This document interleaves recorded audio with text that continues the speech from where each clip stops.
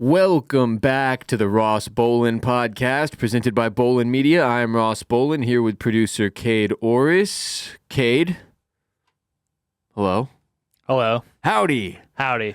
I saw a photo you put up on your Instagram stories of you at your run club last night. If you're unaware, Kade has joined a club of runners. Yeah. Well, actually, it is a social club disguised as a run club, is what they say. So you're supposed to go there and meet people. And you just happen to run. Yeah, we all just happen to be running, the same route. That's a great marketing scheme. Right. But you've talked about run clubs several times over the past few months, and in my head, I was always picturing like 10 of y'all, like running all sad together. Just a bunch of sad boys just running through the pain. Yeah, 10 sad boys on foot. Just out there grinding. Just getting it. Yeah. That's what I pictured in my head. But last night you put up this story on your Instagram stories of you outside of a Shake Shack, and it looked like a riot was occurring. There's like a woman leading. She's like standing on the steps like yelling. Yeah. And it was like 40 people, something like that. And I responded to it. I was like, what the fuck is this?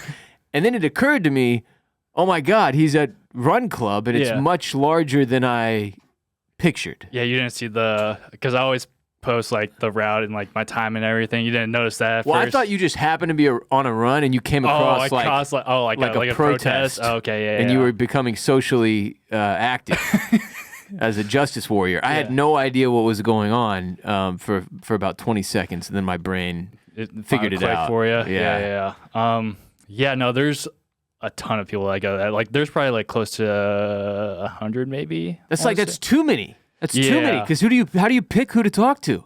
Oh, well, see, I don't. I just talk to my friend, and that's about it. Just you and one other sad boy in a corner? Yeah, and we just kind of, we just talk to each other, how our day's going and all that. Then you run? Do you talk while you run? Yeah.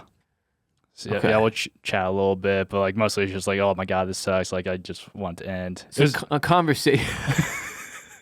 But it's a conversation-friendly pace. Yeah. That you're running in. Yeah, and like, because there's like so many people, and like, we don't usually start at Shake Shack. We start like on Barton Springs. Okay. And like, it just got so congested, like with everyone running like together, and like, there's not really like a chance for like anyone to like break off. So it's just like, there's just so many people like right by you, and like, so our pace was really slow for. It looks like people running a 5K. Like that's how many of y'all there are. Wait, why? So why were you in front of a Shake Shack yesterday? I don't know. They just had some like deal with Shake Shack where like after our run, we were able to get like a free drink there. That doesn't seem like counterproductive. Like, I love Shake Shack, but it's one of those places where as I'm eating it, I'm like, this isn't good. Yeah, no. Like, for me. Yeah. Well, I mean, you work it all off before. Yeah, but then you're just back where you started. If you need a little treat, as a reward. It's like a reward. You did it. Here's some fattening ass food. Because I'm in there and I get like the, double shack burger, whatever it's called. Sometimes I get the bacon one. Yeah. I've tried the chicken one. It's not bad. Shake Shack does not sponsor our show, just to be clear. This is not some kind of like fucking natural advertising. But I always like the milkshakes are really good too. Yeah. I mean, I can leave there feeling like a really fat fuck is what I'm saying. Yeah, no, I definitely like ended up like getting food after, and I got a free shake. So yeah, they got you. Yeah, they got me real good. What an evil campaign by Shake Shack. All right, what we'll do is we'll contact these run clubs and we'll tell them that if they start and finish at Shake Shack, that they all get a free fucking milkshake. Yeah. It's just a bunch of evil executives like cackling in a back room. Yeah, no, they got them. They got a lot of us like the line to like just even get like the free drink. Like it was like wrapped around like the entire store. So yeah, but it was a good time though. And yeah, no, there are a bunch of people to go, but like there's one, like they have them all over the country now. So it's like Denver, LA, New York, Chicago, like all these different places. Like I think Denver had like one with like over 500 people show up. Holy shit. And yeah, I'm just like, yeah, no, that's way too much. Like it already feels like a lot with like just like 100 people, but like, yeah, they can get up there. People just love to run, man. So, okay, I used to be a big runner. Yeah. Right? I was never in a run club. Mm-hmm. I think I was adverse to run clubs because I'm pretty sure my dad was in one when him and my mom were married, and that's how I met his girlfriend. But that's neither here nor there. The point is, I hadn't run in a couple of years. And the other day I was like, I've been on my workout grind, right? I've been doing my FitBod workouts like 4 or 5 times a week. I took a few weeks off when I was like sick and all this scheduling shit happened. But for the most part, for over a year now, I've been going hard. I even added some supplements into the mix. Ooh, okay. I'm doing fucking all the teens. I'm doing, and not like you're thinking, protein. Okay. I've got some protein coming in the morning in the form of a shake. I'm making them myself, a little bullet fucking blender thing. Okay, you're not just doing like protein powder and like milk or something. Protein powder, coconut milk, frozen bananas, frozen strawberries, peanut butter. Okay. Wow. Fucking blend it up. There you go. Delicioso. But it turns out like I'm not getting enough protein in. I needed more. I'm trying to bulk, right? Also creatine. Started taking creatine. Okay. I want to be like Mark McGuire. I want to have huge forearms. Well, I think he was taking other stuff. Yeah, creatine, sure. But yeah. Protein, creatine, nicotine. I don't think that one helps. But No, probably not. I do the nicotine as well. Helps like take off the edge. Yeah. Or sometimes create it. Yeah. There was another teen. I can't remember. But I'm doing teens. That's the point. Teens. Okay. Yeah, and not that way. But for health purposes. And I need an activity on the days I'm not lifting weights to keep my body active. Mm-hmm. So last week, on like Wednesday, I had an off day from weights, and I was like, you know what? I'm going to do it. I'm going to go for a run because you've been doing Run Club and putting up your fucking runs and your routes and your distance and your pace. One of my other best friends has been doing running and gotten really into it, and he runs really, really far, and it makes me feel lazy as fuck when I see both of y'all doing this all the time. So I was like, I'm going to go do a run. And I got on my little, I had to re-download the Nike Run Club app because that's the one I was using. So you are part of a run club. It's a good, it's a good point. Except it's just me and then this fucking guy in my ear, in my AirPods, talking to me while I'm running. And I picked the beginner's run. Mm-hmm. And then there's this running club coach who comes on. He's like, it's the most positive person in the world. The most like incredibly motivating person ever. And he talks you through the run. And I did this run. It was a 20-minute run. I think it was 1.97 miles I ended up doing. So it's, not terribly far, and at a very gentle pace. One of the things he kept telling me was like, you need to be running at a comfortable pace right now. If it's hard, you're going too fast. So just slow down. This run is not about hurting yourself. A lot of runners make that mistake. He goes on and on and on. I'm like, dude, fuck, I'm trying to listen to this song, man. I can like hear the music underneath him, Yeah. Anyway, I do the run. During it, I feel amazing. I'm like, this is what I was missing. I missed this. The runner's high was hitting me. I was like, fuck yeah, it was a beautiful day. Not too hot, not cool, just like right there in the 70s. And when I was done, I felt amazing. And I went to sleep that night. I slept great. And I was like so stoked that I had rediscovered my love for running. And then I woke up the next day and I stepped out of bed and my left knee like gave out. I had like tweaked my knee somehow. I'm assuming during the run, and it hurt for a few days. Now it's fine. You're good now? But I haven't gone back since is the point, because it scared me. Because this is look, I've got chicken legs. Everybody knows this. Right, yeah. There's not a lot in the way of meat like serving as like cushion. Or like what's it called in your car? Is that how it works? Your suspension. I mean, as you're running, I think it has to help your bones if there's like more meat surrounding. Yeah, but like a lot of runners are like super That's skin. true. They're all like That's skin true. and bones. Yeah, so. that's true. You're probably just running wrong, or maybe you don't. Like, what shoes are you wearing? They were really old. Yeah, that could also be that's a part of it. Probably part of it. Yeah. Yeah. That's a good point. Okay, you're making me feel a little better. Yeah. But initially I stopped because I was like, I've been doing this too long. My metabolism is really high. I'm trying to gain weight because I lost a bunch of weight when I came off meds, right? So I was trying to gain weight. I stopped running. That was literally when I stopped. I weighed like a silly amount. I'm 6'2". I weighed like 145. I was like, I have to stop running. Okay. And then, I've gotten in a good healthy swing of things, and I figured I'd add it back in. But like my fear is that it's gonna like burn away the muscle I'm trying to build. Or that I'm going to fucking hurt myself because I'm 36 years old now. I'm no spring chicken like you are, right? So like the older you get and the more you run, like the more likely it is you're going to fucking hurt yourself. And then I woke up with a knee injury like the next day. So I'm just, it was defeating. Yeah, you definitely have to like ease back into it for Which sure. I tried to fucking do. I listened to the coach. I listened to him. He was like, slow down, man. I was like, fuck, dude, I'm almost walking. It's like the slowest I can possibly jog. I've got long ass legs. But it was awesome though to get back out there, even though I was alone. Yeah. Except for in my mind where this man was. Yeah, was he like saying like, was he repeating himself over? Or was it like just like for the entire time he was saying like? No, he like at the beginning he gives you like a speech about running. And then he's like, all right, I'm going to check back in with you in a few minutes. Just keep this pace, control your breathing, and enjoy your surroundings. I was like, sick. Okay. So I get like, 3/4 of the way through another song, and then he like pops in before the end of the song. He's like, what's up? How are we doing, guys? All right, let's fuck. And just like basically reiterate some of the things he's already said. Like he knew like how fast you were running? Not sure. Okay. I had that same thought. I was like, does he give a different response based on my pace or distance or elevation, or is it just my guess is that this is just the pre-programmed beginner's run. He says the same thing no matter what's happening to every single person. Mm-hmm. And on this app, like, so they have beginner, like I'm assuming like intermediate, advanced, or I think this is literally the one that's like, you're just some fucker who downloaded Nike Run Club. Yeah. They assume you've never run before in your entire life, and they're giving you like some basic, like the easiest run possible, a 20-minute, just like simple as it can be run. But there were a lot of tidbits in there about like, because I used to haul ass, dude. Like when I ran, I was running like Forrest Gump. Like I had one fucking speed. There was a lot of like useful information about, pacing yourself, that it's not all about speed, that it's not all about like making yourself sweat and hurt as much as possible. And that was good for me to hear. Yeah. Because like I definitely would have been going a lot faster than I did if not for this. Then you probably really would have hurt yourself. Fucked myself up, right? Yeah, if not for this random coach in my ears. So it was good. It was good. I'll go back.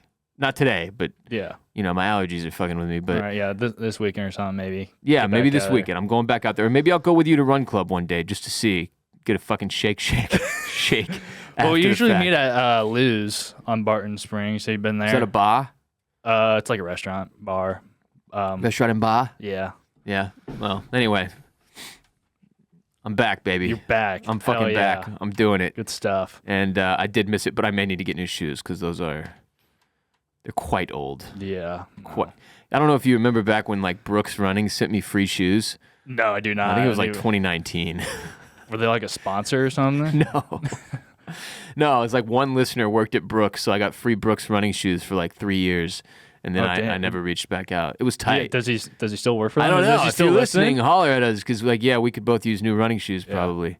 For sure, yeah. Yeah. Even in that app, I won't say it again because it cut the check, but even in the app. I mean, it's fucking Nike. I don't think they're going to cut us any check. Well, I could have said the same thing about Chipotle, although they never did cut that check. In the app, it like lets you put your shoes in and track the mileage on your shoes, so like you know when to get new ones and shit. It's a little helpful little app, Yeah. You should also get the Strava app. That's what I use. That's what I used to use. But I would put up my routes, and then one day somebody was like, hey, moron, you're just showing us exactly where you live, because I was only going in my neighborhood. Like right around here? Yeah. And I was like, oh, shit, this is dangerous. Yeah. So I stopped. Probably don't want the listeners knowing where you live. Well, not really, but I mean, at that point, I was talking about a lot more controversial things on a regular basis, so it was, way more possible for me to piss somebody off than now. I'm getting so much kudos though on the app. Oh my god, it's a great feeling, right? Yeah, dude. Everyone's just giving me kudos. I'm like, oh, thanks, guys. Kudos. I love it. Yeah, so I don't know if that element of it exists on Nike Run Club. I know you can follow each other. Yeah.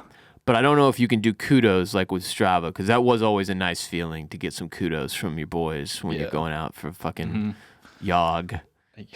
Some yogging. Moving on, unless you have any more running. Anyway, you're listening to a couple of runners right now. We're a running podcast now. Just be aware. We are running. Kade, did you have any friends with hot moms growing up? Yeah, I had a friend named Stacy, and her mom now had it going on. But Stacy's mom did have it going on. Mm-hmm. Yeah. But okay, for real though, did you? No, I didn't. But the dads though. Smoking hot dads. Friends with hot dads. Yeah. Okay. No moms. Well, same idea. No dads. Nothing like that. Yeah, no. You did really? You didn't know anybody with a hot mom or like? Not that I was like friends with, really. No. And yeah, I mean, I really have to go into the vault to think of someone. Yeah, I had one buddy of mine whose mom was pretty good looking, but he didn't really get like a whole lot of shit about it. Now, I did. You did personally. I did because you had a hot mom. This was a thing for me. And growing up as a dude with a hot mom, it was rough. Especially during puberty years when like you and all your friends turn into just horny little monsters. Like it was problematic. Yeah. Like it was constantly I was being told my mom was hot, and it was hell. Oh, she has a nice rack, all that stuff. I don't have to get into specifics, okay. but she's probably listening. But yeah, she is. She's definitely listening, and she's aware. Yeah. Like she definitely knew. My mom knew. Mom, you knew. And I suffered as a result. Just because it's like, what are you supposed to say? Like, what do you say? People are like, dude, your mom's hot. Like, shut the fuck up. That's the only thing I knew to say was like, shut up. Or you want me to like agree with you? Yeah, like, yeah, my mom's hot. Right. Like, that's so weird. I'm not going to have this conversation with you. Go talk to our other friends about it. Don't talk to me about it. What the fuck do you want me to do? Fight you? And it was mad annoying, dude. It was like, it was constant, especially like late middle school, early high school. There were a lot of jokes at my expense. And I didn't know how to handle it. I didn't know what to do. Also, I had to watch like other dads, sometimes my friends' dads, sometimes my best friends' dads, like flirt with my mom. Oh no! And baseball coaches and shit, like coaches, and it was just. And they were all like probably married too, right? Oh yeah, dude. Like I mean, I'm talking one of my best friends' dad would routinely. Baird's dad? No, no, not Mr. Dudley. Would routinely get like honestly, an inappropriate level of flirty with my mom in front of me. Like she'd be driving me, and my friend who was his son, and we'd be dropping his kid off, and he'd like get in the window of the car and start hitting on my mom, and I was like, dude, I'm fucking sitting right here. Why? Why would you do that? You creepy, horny old fuck. And anyway, it really was something. I don't know. I can't speak for women and girls that have hot dads or hot moms if it's like the experience is the same. But to be a dude growing up with a hot mom was hard. It was part of my it's like part of my original trauma, my original origin story. My what you know what I'm trying to say. But I was a little high the other day, and I was admiring my wife, and I realized my son is going to have to go through that same experience. And I don't really buy into on a related note. So this was a stoned thought spiral that just got really out of control.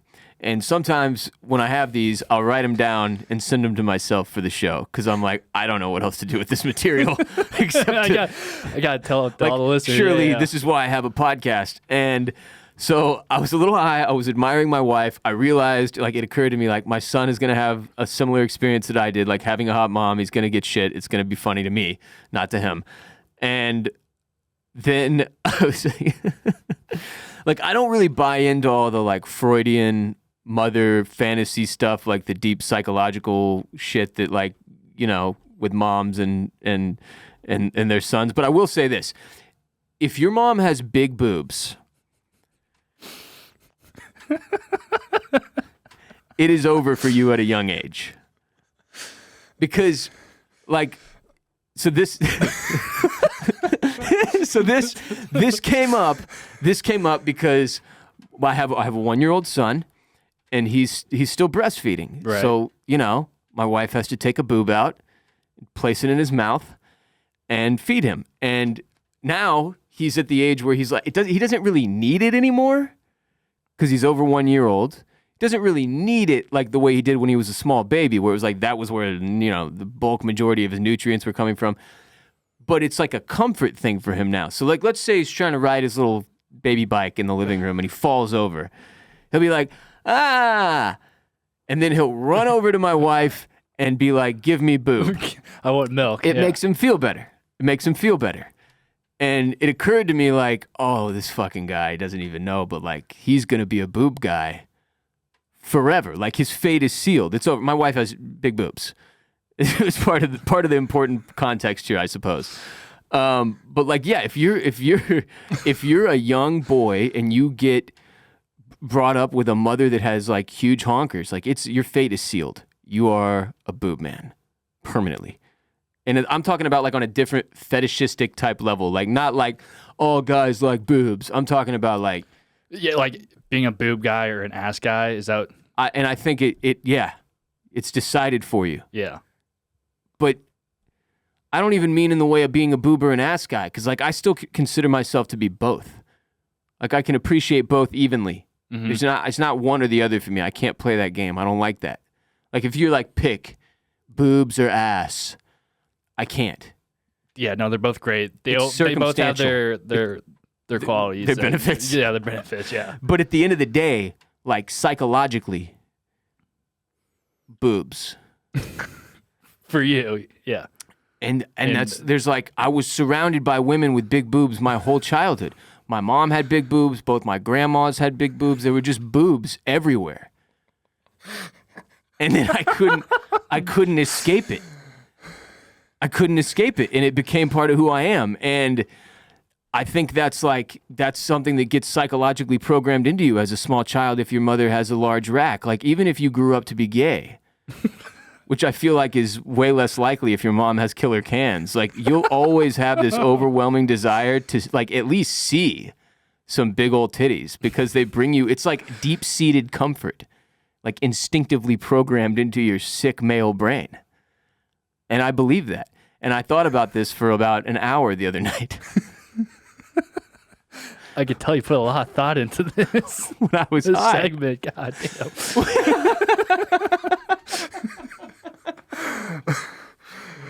Anyway, so yeah, this is what I thought about while my wife was breastfeeding our 1-year-old. Because this kid he loves some chest cannons now, and it's like he's caught the fever. He doesn't even know it yet. Like he doesn't even know. No. But I know. He'll know one day. Yeah, and the first time he brings home some like girlfriend with big bazongas, with a huge rack, yeah. I'm gonna go, I fucking told you. And then I'm gonna send him this episode, and he's never gonna speak to me again. And that'll be that. He's never gonna speak to you. That'll be that. I'll embarrass him so much that he'll cut me off. So yeah. Nice. Yeah. I was starting to show off with Run Club and talking about your mom's huge cans. Good start. I wonder who will text me first, my mom or my wife, upset about this. Probably both. Wait, did you tell your wife that I was going to do this? Yeah. No. It's going to be a shock for her. No, I almost never warn her about what's going to be on the show anymore. Okay. When we were dating, I did sometimes, but now it's kind of just more fun to see like when she gets to the episode, like whether or not she'll think it's funny or want to fight me. You just never know. I never know. When you get home. Every day's a grab bag. Yeah. Speaking of which, perhaps you too have a MILF at home that you need to keep satisfied. Well, listen up, because this episode is sponsored by Blue Chew. Fellow aging men waving bye-bye to your prime. Remember the days when you were always ready to go and could serve dick on demand?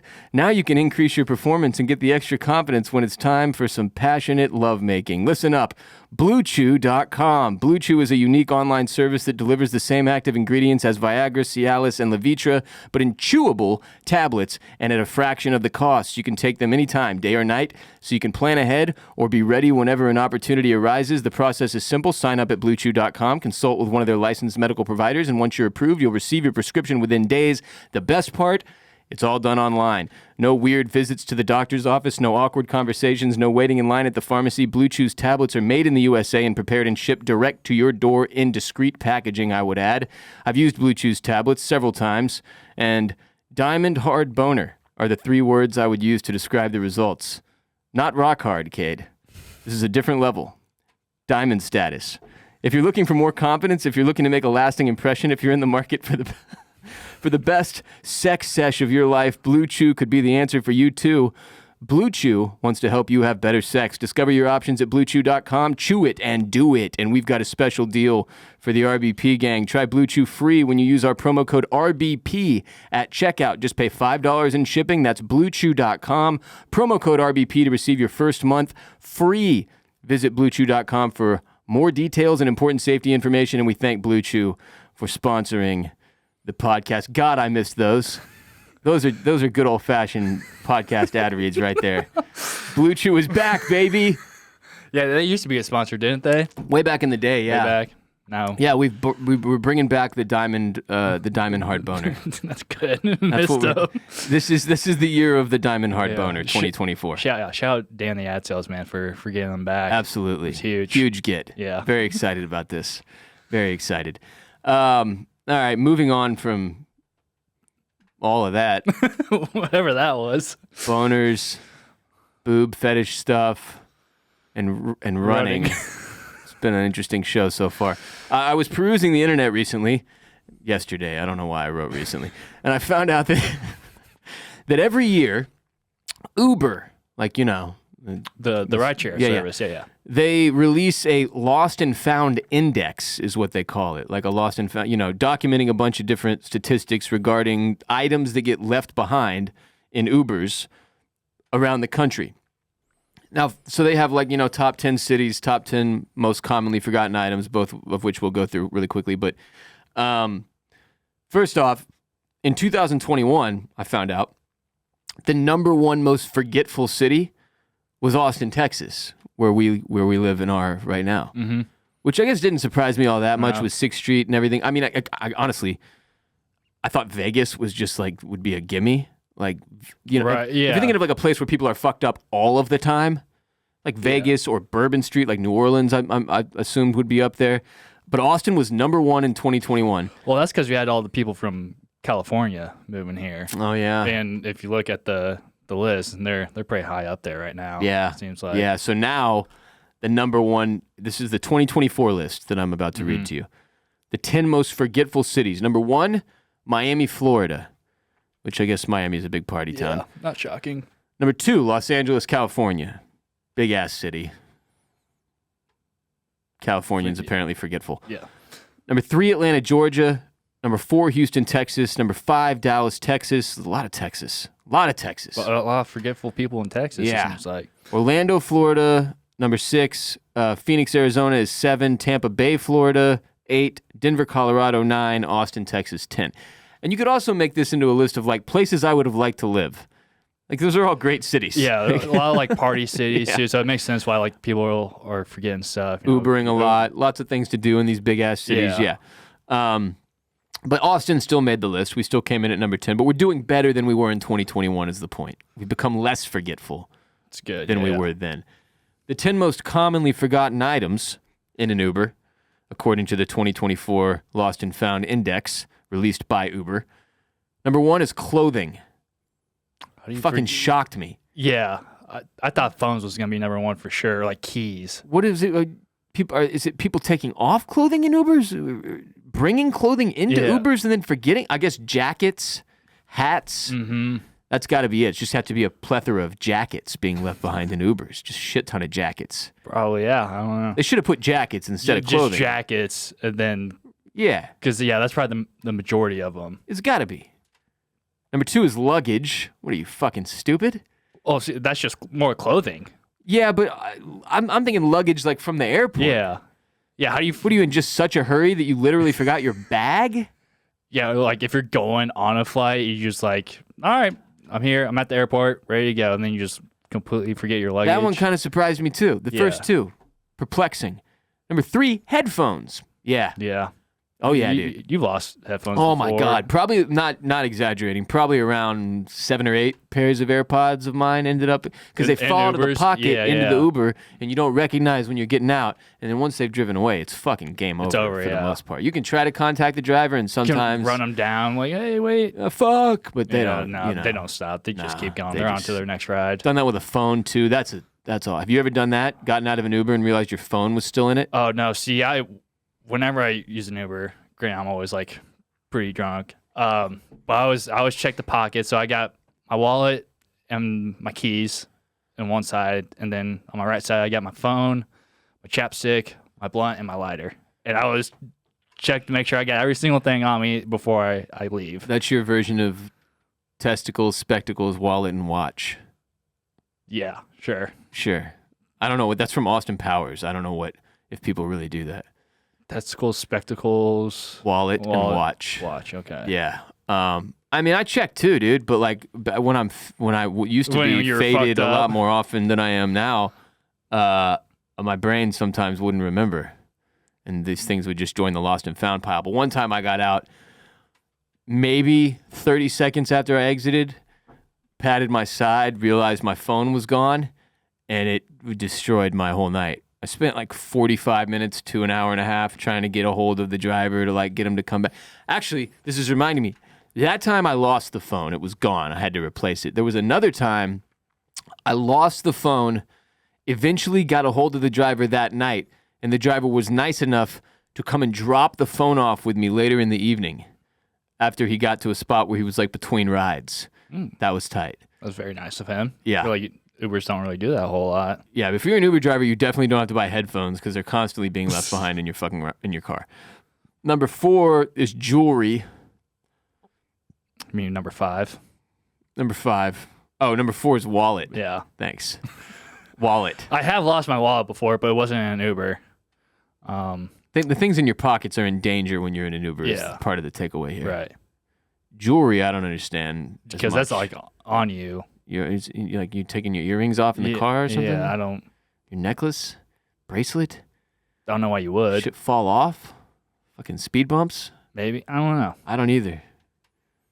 Then there's 6 or 7. Now I've lost count. Phone is Phone next. is 6. Yes. Phone is next. Camera after that. Again, pocket. Things coming out of the pocket. Things you set down next to you in the seat. Mm-hmm. Tablet or book. Sure, but larger items. Don't figure it'd be as easy to leave those behind. Laptop coming in at number 9. And that's if you forget your laptop in an Uber, you deserve it. Yeah. That shit's on you, son. And then number 10, which I thought would have been number 1, 2, or 3, is vape.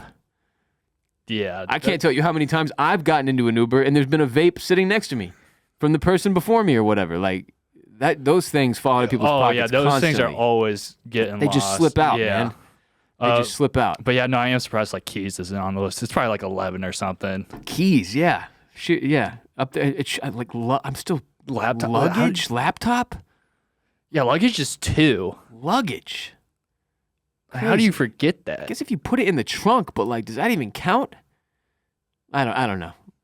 Moving on. They also listed the 50 most unique lost items, and these are like, you know how if you leave something in an Uber, you can file like a report through the app. Yeah. Like, I left my phone. Mm-hmm. Help.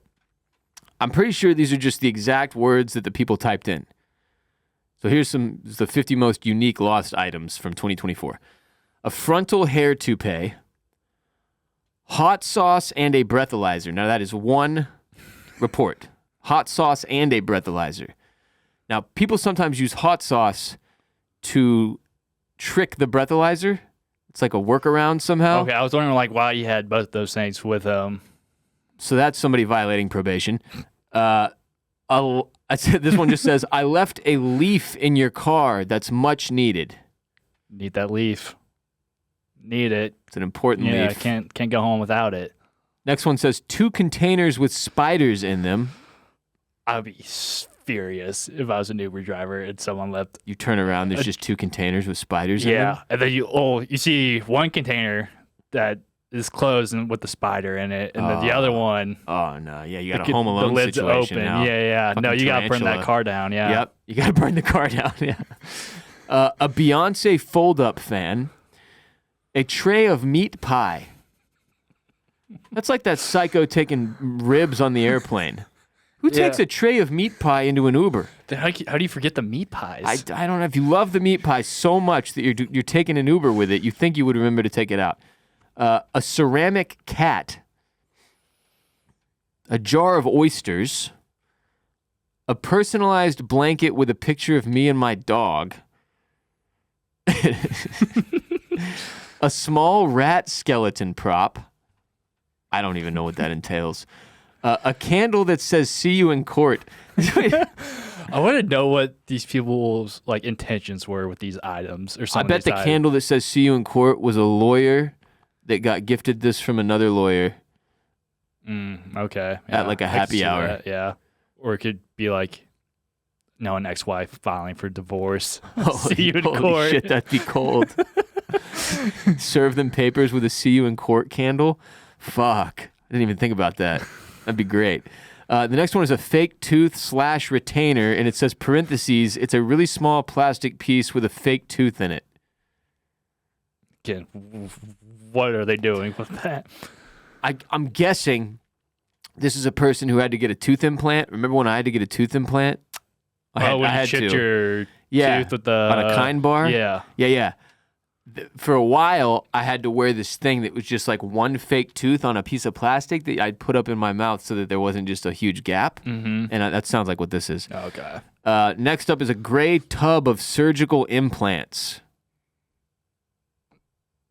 I don't know, man. Okay. Police grade handcuffs. My live pet animal turtle. Why do you have to put the word animal in there? Just my live pet turtle. Yeah, Everybody knows what a turtle my pet is. turtle. Yeah.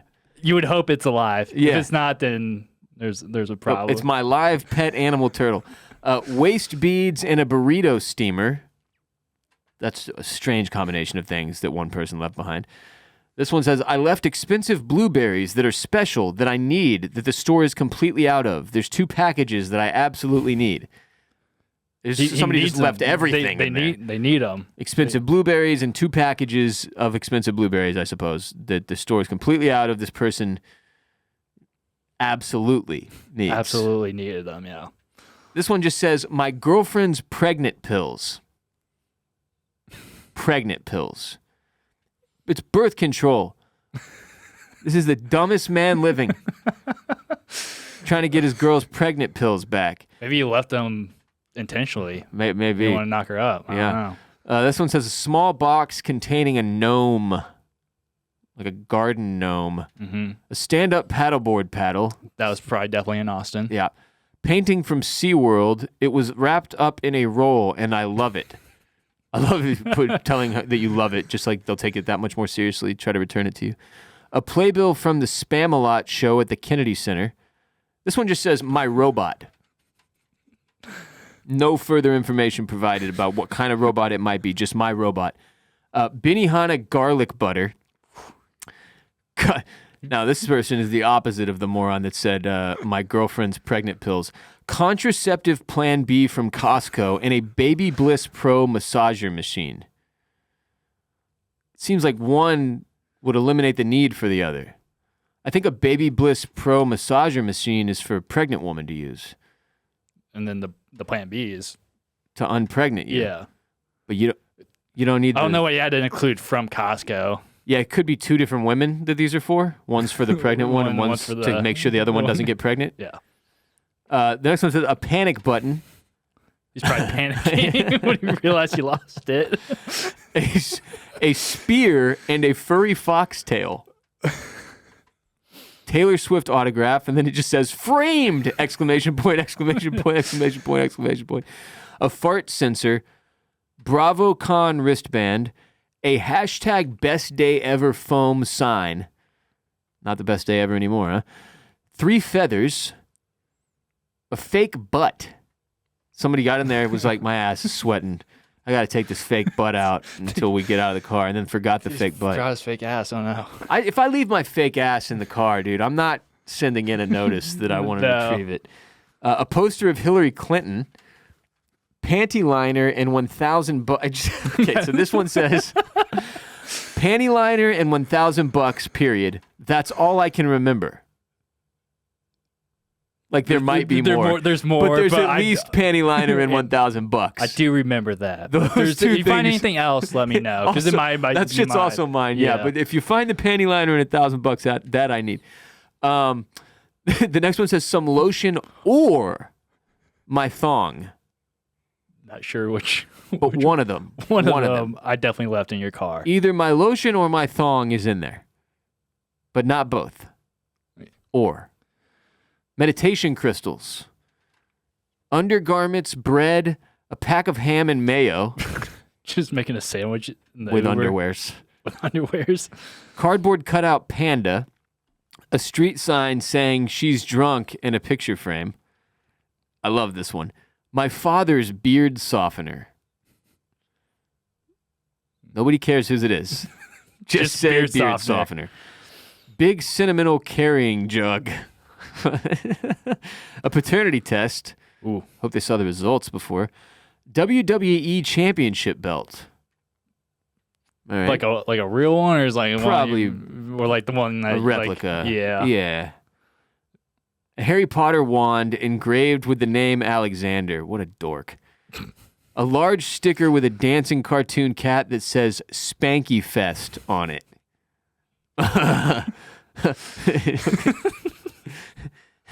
This one just says, I might have left my garden fence in the trunk. Maybe. I might have. I don't know. It's possible. There are other places I could have misplaced It's not in my garden, though. I can tell you that. So it may be in the trunk. Next one, Jeep Liberty engine. Please call me. A whole ass car engine? How the fuck do you leave that in an Uber? How does that even happen? Then this one just says, I lost my wizard woman. What the fuck does that even mean? Just somebody who got out of an Uber on LSD that was enjoying a wizard woman while they were in there and then had to retrieve the wizard woman by sending a message to the Uber driver. And then finally, last but not least, 3 Japanese ceramic decorative cats. 1 gold, 1 black, and 1 pink. All fist-sized. Beautiful. Beautiful. People are traveling with all kinds of shit, man. Yeah, no, I guess some of these items, like really like knee in the back, especially like those blueberries. But like I'm seeing 3 feathers here, and if I was an Uber driver, I'd like go fuck yourself. Like I'm not like coming back just to give you 3 feathers or 3 your fake feathers. butt. 3 feathers. Not. Yeah, there's no fucking reason you need those. Fart sensor. God, we're falling apart. Surprised someone didn't leave like a sex doll or something in there. Right? Yeah. Or, I don't know. They probably wouldn't want to like report that. Like, hey, can you bring back my sex doll? I don't think people have any shame though. They're trying to get all kinds of weird shit back. That's true. I mean, they're thongs and a leaf. A leaf. I need that leaf. Much needed. Much needed. A much needed leaf. All right, moving on. In sports news, the legalization of sports betting continues to cause waves throughout the professional sports world, most notably recently with Shohei Ohtani's interpreter stealing millions and millions of dollars from him to cover gambling debts. And now, in an almost equally bizarre story, an NBA player has been banned from the league for life, which, if I remember correctly, is not a thing that has happened in professional sports since Pete Rose. I believe OJ Mayo was the last one to get banned. What did he get banned for? It might have been drugs. For life? Yeah. Oh, shit. I'll look it up. Yeah, look it up while we talk. Anyway, it's Toronto Raptors, I think, backup center. Yeah, backup. Jontay Porter, who's the brother of Michael Porter Jr. Michael Porter Jr., who's a much more well-known NBA player who actually gets like meaningful minutes, or at least he was last time I...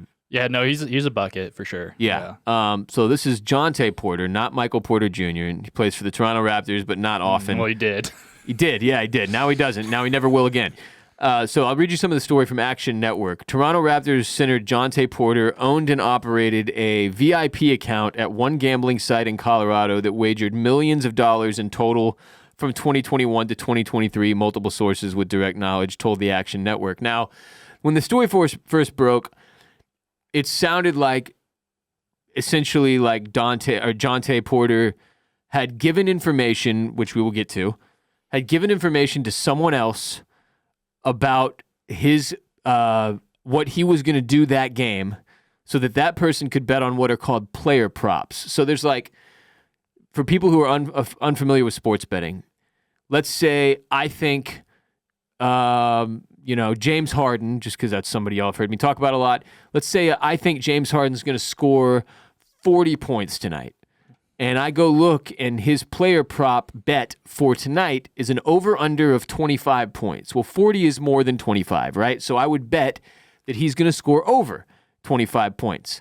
Now, if James Harden and I had a personal relationship, and Harden said, yo, I'm going to fucking suck tonight. I've got the shits and my cat just died and also my arm hurts. You should bet the under. That'd be like a lock, like free money, right? And also illegal for him to share that information. It's akin to like insider trading. Right. Yeah. Right? There's a reason that's illegal. There's a reason this is illegal. And when the story first broke, it sounded like Jontay Porter was basically telling somebody that he knew, yo, I'm not going to play much tonight. So they bet the under on all of Jontay Porter's prop bets, which flagged because the way these casinos keep track of these things, nobody's betting on Jontay Porter props. And I think they just started doing prop bets for him too. It's not like, he's not like one of those big name players where like they have prop bets for him every single night. Right. They just started adding to him because he was getting more minutes. And then he tried to take advantage of it. Yeah. It sounded like that's how he got caught. So more details came out after an investigation. And apparently he placed over 1,000 wagers. He was firing all of the time, was a quote from one of the sources. And yesterday, on Wednesday of this week, the NBA decided that his punishment is that he's banned for life. In a statement, the NBA said it found that Porter had disclosed confidential information to sports bettors, limiting his own participation in one or more games for betting purposes. So one of the times, he placed bets on himself and apparently had other people doing it too. It's like he was calling his boy and being like, yo, tonight, 3 minutes into the game, I'm going to say I'm sick and that I can't play anymore. So that way, the over-under's already been set for his personal prop bets. This person that he's giving the information to can go bet the under on all of it. Points, rebounds, assists, whatever. And then 3 minutes in, he's like, my tummy hurts. Leaves the game, and there's no way for him to score. All of the unders are going to cash. Some shady shit. Yeah. Especially because he's a guy who, like Kade said, like he didn't play much, but he was there. He was playing some.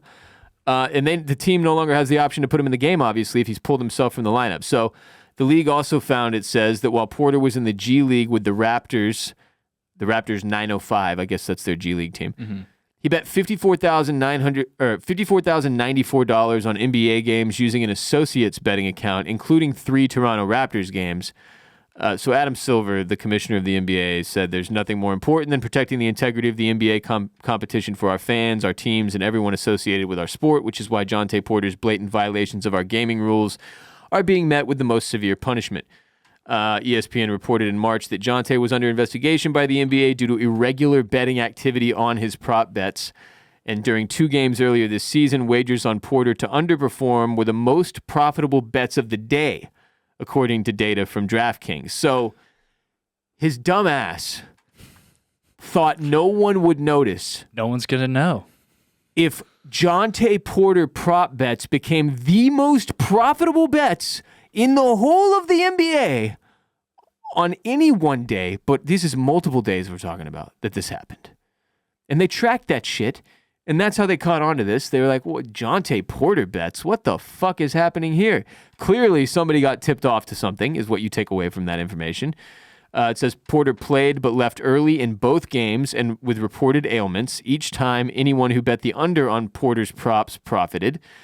It's pretty straightforward. This would not be complicated to figure out. He's not a smart man. No, clearly not. No. This is some really dumb shit. And I don't know if this is accurate, but somewhere I saw that he made something to the tune of $52,000 when it was all said and done off these I saw bets. something that was like 20,000, and like I think he made like $2 million playing. Like, what were you doing? Yeah. Fuck. Why, dude? Come on, man. It says last Thursday, Colorado gaming regulators requested sportsbooks in the state to report any accounts that Jontay may have operated. So they put out a big statement, and I guess they got a lot more information. The NBA bars wagers of any kind by its players or employees on the NBA or its affiliated properties, including summer leagues, the G League, or the WNBA. Wagering on other sports is not explicitly prohibited. A spokesperson for the NBA declined to comment. So the one thing that I could see moving forward, like they obviously had to lay the hammer down on this guy. This is just blatantly fucked. And like this is something they've done in the past. Like I'm looking at like past like NBA players to get banned and. Yeah, so OJ Mayo was drug related. I think he was just like doing I don't know, probably failing drug tests over and over and over. Tyreek Evans, I think, is the most. Oh no, there's someone more recent. Jalen Harris, also drug related. Tyreek Evans, I think he was selling drugs while he was in the NBA. Not sure why you need to do that when you're making. You just love the hustle, bro. Yeah, he loves the game. But then like it's either drug related or gambling or point shaving. A lot of point shaving. It seemed like in the early 50s. Oh, for real? Yeah. And then we have, hold on, wait, where is it? Oh, Donald Sterling, racist remarks. Oh, yeah. Man, yeah, old Donald Sterling, man, he had to go. But the thing I could see becoming a problem, like, you know how they say, like, all right, you can't bet on the NBA. You guys, they don't say anything about being able to bet on the NFL or, like, MLB. But a lot of these guys know each other. Right. So I could see it becoming an issue where like an NFL guy tips off an NBA guy or whatever, or vice versa.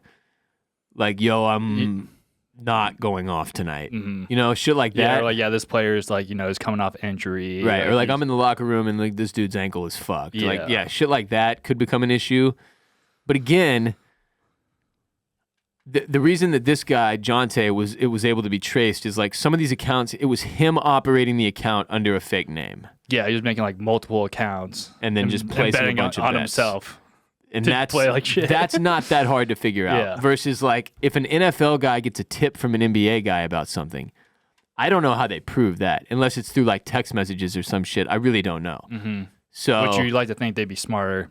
Right. That. Yeah, but then again, you never know. People are fucking stupid, bro. Like Otani's interpreter level idiots. And so yeah, it's something that's going to continue to be a part of the professional sports world now, especially because, sports betting has become this almost nationally acceptable thing. And it's just interesting. It's interesting to me what people think they can get away with. Yeah. Like this guy sitting there being like, you know what? I don't even play that much. I bet I could make some cash on the side. It's like, bro, fuck. You're getting paid millions of dollars to play basketball. To sit on the bench. Just to fucking sit there. Do not do this. Do not risk your future. I can't think of a better job out there. And his brother's in the league and shit. It's just like, oh, dude, what the fuck? Idiot. But yeah, that story is crazy to me. Today's episode is also brought to you by Liquid IV. Summertime is coming, and there's almost nothing I love more in the summer than spending time at the beach or at the neighborhood pool, basking in the glow of the smoking hot sun. But like Spider-Man's uncle once said, with great summer comes great responsibility, and the responsibility to keep yourself hydrated. A single stick of Liquid IV makes ordinary hydration extraordinary, with 3 times the electrolytes of the leading sports drink, plus 8 vitamins and nutrients for everyday wellness. Liquid IV is as easy as it gets. You simply tear one of these little packets open, pour it into your water, stir or shake, I guess, depending on your preference, and enjoy the delicious flavor of the hydrating power of Liquid IV. Taking care of yourself is important. Keeping yourself hydrated is a vital and crucial part of taking care of yourself, and Liquid IV is here to make sure that hydration is easier to achieve than ever. If you're like me and you're sometimes too busy or too forgetful to remember to drink enough water, Liquid IV makes getting your daily hydration in simple and more delicious. The number one powdered hydration brand in America, 3 times the electrolytes of the leading sports drink, 8 vitamins and nutrients, non-GMO, free from gluten, dairy, and soy, no artificial colors or sweeteners, 4 delicious sugar-free flavors, white peach, green grape, raspberry, melon, and lemon lime. I love the white peach. I love the lemon lime. A zero sugar hydration solution with no artificial sweeteners, clinically tested to hydrate more than water alone. So turn your ordinary water into extraordinary hydration with Liquid IV. Get 20% off your first order of Liquid IV when you go to liquidiv.com and use code ROSS at checkout. That's 20% off your first order when you shop Better Hydration today using promo code ROSS at liquidiv.com. I was listening to the new Beyonce album finally. Her country album? Yeah, I kept seeing tweets, Cowboy Carter. I kept seeing tweets about it and shit, and I was just like, I like some Beyonce. I'm fucking check some Bay out, see what's going on. It actually goes pretty hard. But there was one song I was listening to where she kept mentioning riding shotgun, and it got me thinking about how big of a deal it was in high school. Doesn't have anything to do with like mom boobs. How big of a deal it was in high school if we were going to lunch or leaving where we just ate lunch, like calling shotgun so that you could sit in the front seat instead of being crammed in the back seat with a bunch of us was a huge game. Like that was a huge deal. Right. Yeah. People came to blows over this shit.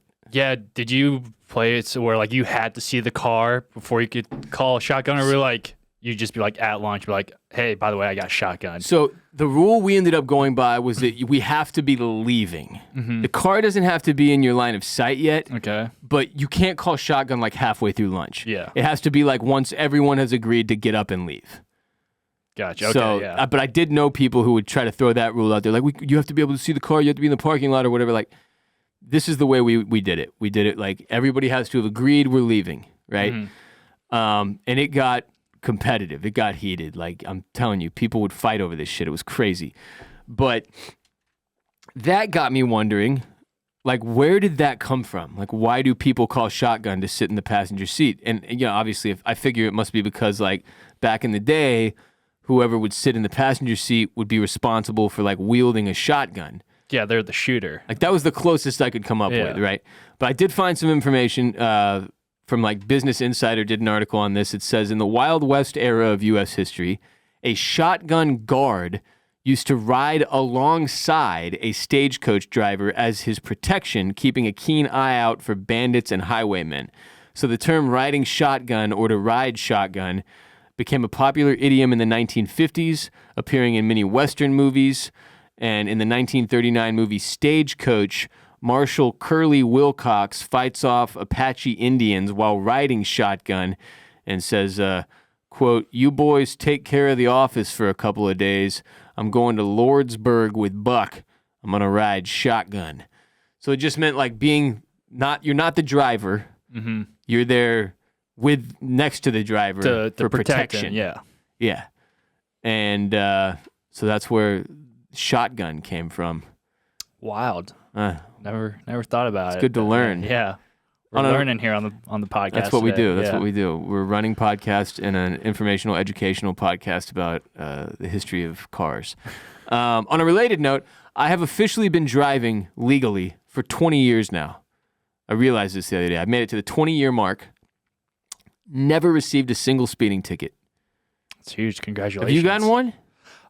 Yes, I have. Yeah. But I got like removed from my record because like they have some program. It's just one? Yeah. So you've only had one? Yeah, I've only had one. I mean, you're 10 years in. Yeah. So that's pretty good. Yeah. It's actually such like a karma moment too. I was leaving. So we had to go to like weights after school, like Monday, Wednesday, Friday. For football? Just like all sports. Like if you weren't in season, you had to go to weights after school. And on Wednesdays, we had to do like conditioning and stuff, like after weights. And I was like, I don't want to do that. I'm gonna bounce early. So I like snuck out of there as like we were like going from the weight room to the gym. Snuck out of there, got to my car, heading home, feeling good. And I guess I was going a little too fast, and some cop got me. Busted your ass, dude. For speeding. I was like, damn it, I probably should have stayed for Karma. conditioning. Yeah. Sweet cosmic justice. Yeah. Got me good. I really don't know how. I mean, I'm knock on wood. I don't know how I've gone as long as I have without a speeding ticket. Yes, I have gotten a DWI in high school, so it's not like I'm like some fucking ticket-free driver. Right. But it's weird because like I speed quite a bit. It's not like I'm like some really stringent fucking speed limit follower. Right. It's just pure luck. Really. Like I think it's like pure luck. And from having been on probation for 3.5 years when I was 17 to 21, 16 to 21, I guess. I think I'm just like have such an intense cop radar. I'm like in my mind, like I'm very good at checking the rearview mirror and side mirrors and making sure like there's not a cop behind me or near me. And that way I don't ever get a fucking speeding ticket. I'm going to get one tomorrow now that I'm talking about on this, the way home today. Yeah. But still, I made it 20 years. That's huge. Yeah. That's huge. Good for you. So congratulations to me. That's how I wanted to end today's show. And that will do it for today's show. But remember, Kade and I will be back tomorrow with another ad-free premium edition of RBP available exclusively on patreon.com/Ross Bolin Podcast. Get on patreon.com/Ross Bolin Podcast. Support our show by subscribing. You can have a 7-day free trial right now to check out all the ad-free premium episodes we have put out over the last several years. Patreon.com/Ross Bolin Podcast. Also, please support our sponsors by hitting the links in the description of this episode and using our dedicated codes That's how we pay the bills here at Bolin Media. Do me and ad sales man Dan a favor by getting in there and supporting our sponsors. New sponsor today, Blue Chew. We're happy to have him back. We want him to stick around. Go get yourself some Blue Chew. And then Liquid IV. We all know Liquid IV. We all know and love Liquid IV. Get on there, liquidiv.com. Use that code Ross when you check out. To check out our other shows, go to bolinmedia.com. Of course, Jared J-Bone Borislow is covering all the latest in the F1 world each and every week on Formula Bone, youtube.com/@FormulaBone, @FormulaBone on all the social media sites. Formula Bone is also available on the podcast platforms. Go to bolinmedia.com/shop. Get yourself a Formula Bone coffee mug like the one I'm holding in my hand. If you're a Houston sports fan, check out Banging the Can, hosted by me, Ross Bolin. Available wherever you get RBP. Follow @Banging the Can on all the social media platforms. And if you're watching Shogun on Hulu/FX, me and Mr. Barrett Dudley have been discussing each and every episode, and actually me and Kade for a couple of the weeks in this season, have been discussing every episode of Shogun on Oysters, Clams, and Cockles, our TV and film podcast here at Bolin Media. Oysters, Clams, and Cockles, available wherever you get your RBP. And if you're watching Shogun, check it out. We have a companion podcast for every single episode that has aired so far, and we'll have another one for the finale coming out next Wednesday. And remember, for those of you who are watching House of the Dragon when Season 2 starts in June, Oysters, Clams, and Cockles should be your go-to companion podcast for House of the Dragon. Follow our show, The Ross Bolin Podcast, on all the social platforms. Just search for The Ross Bolin Podcast. That'll get it done. Mr. Kade, where can the people follow you? You can follow me on all the social media platforms at Kade Orris. That's KADEORRIS. And you can follow me at WR Bolin on X, formerly known as Twitter, and Instagram. This episode of RBP is presented by Bolin Media. Video of today's show was produced by Kade Orris. Until next time, remember, you are not alone. Peace be with you, and also with you.